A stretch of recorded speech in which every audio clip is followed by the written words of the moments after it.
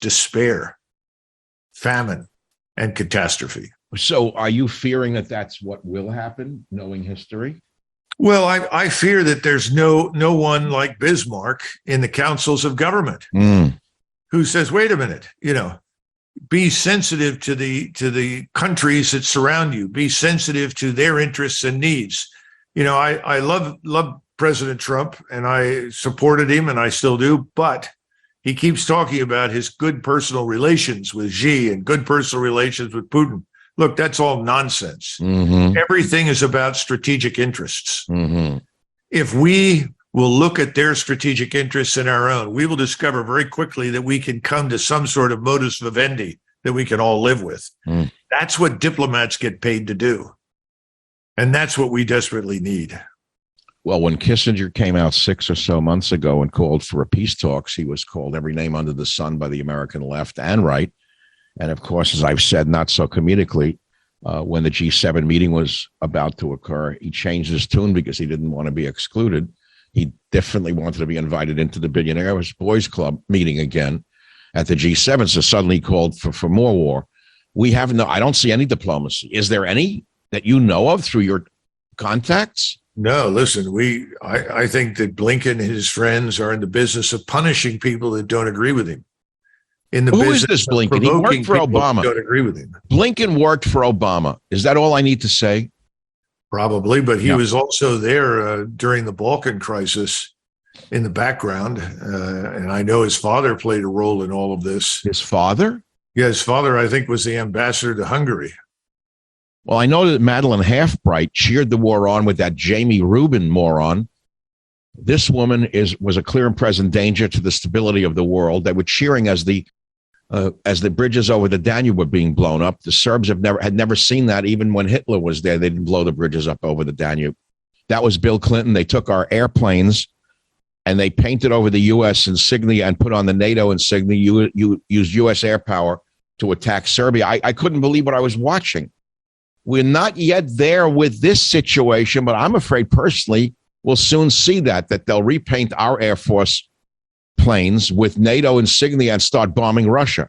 That could happen. It won't make any difference on radar. The Russians can identify all of our aircraft on radar, so they're not going to be fooled by different insignia.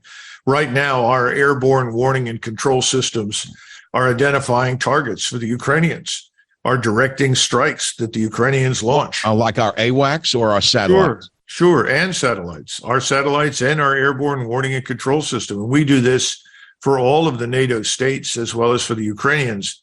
So we're very active in the Black Sea and the Baltic, all up and down the Russian border with regard to targeting the Russians. So the Russians... They know this, and they've decided to exercise restraint. The question is, how much longer? Could they shoot down our AWACS? Oh, of course. How high do their air defense systems fly? High enough, up to 40,000 feet. And then they have some that'll reach up to low Earth orbit, 70, 80, 90,000 feet. They have the ability to launch special weapons that can attack our satellites. Why haven't they done it? Why haven't they done that? Because they don't want us to attack theirs. And we haven't attacked their satellites. Now, they have jammed a lot of our satellite communications and jammed a lot of our missile systems and aircraft. But in terms of kinetic action, no, they've been very careful to avoid that.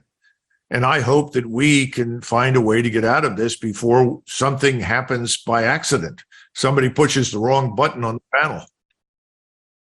Well, that's a cheerful thought. Savage. We've covered the ground of the earth. Is there anything I've missed in terms of what might explode in our faces?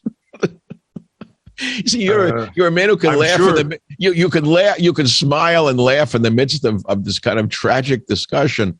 I'm sure if we look closely enough into Mexico, Venezuela, Cuba, Nicaragua, we can find lots of activity down there that is very dangerous to the United States.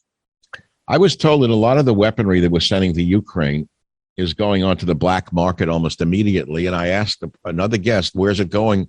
They said to the narco terrorists in South America. Can you confirm? Is that what's being? I've seen photographs of Javelin missiles and they're equipment being carried by drug cartel soldiers, if you will. Those Mexico. Are the javelins that we sent to Zelensky's boys? Yes. How are they winding up shipped out immediately?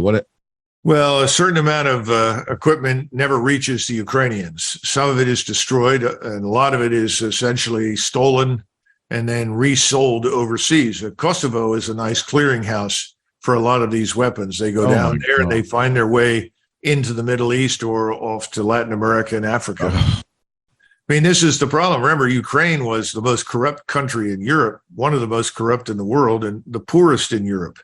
Why are we surprised about any of these things? Hush, hush, my friend.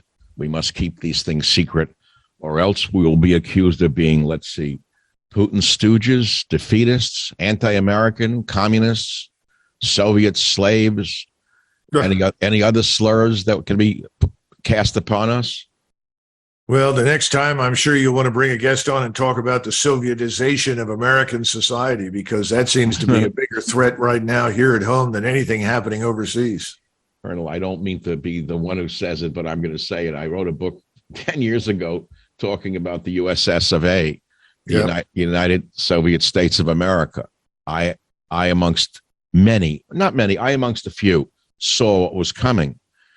I just had a relative come back from Europe. I must ask you this question, and I don't know how to discuss this without exposing too much personal information.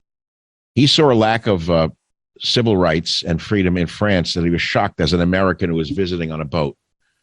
Some gendarmes came aboard this vessel and accused them of things that they didn't do.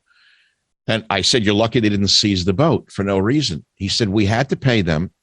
When they found there were nothing wrong, no one did anything wrong, they said, you owe us 1,000 euros, seven armed gendarmes on this boat in Monaco. He said, we didn't do anything. They said, we don't care. Pay it or we're going to take your boat.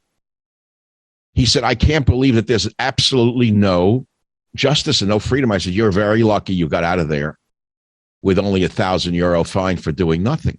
He said to me that he sees America devolving rapidly into this state of lawlessness and no rights. And I am always the eternal optimist, as pessimistic as I can be, saying we're still protected by constitutional rights that the French do not enjoy.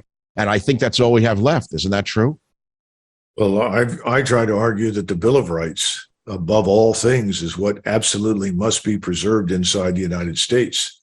We talk about the Constitution. The Constitution describes how our government will be structured. We can change that over time. There's nothing sacrosanct about a structure developed in the 1780s.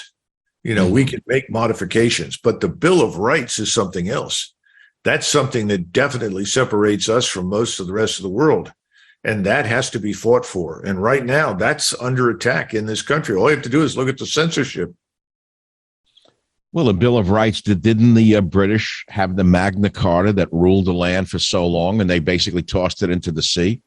Well, they don't have a Bill of Rights as we understand it.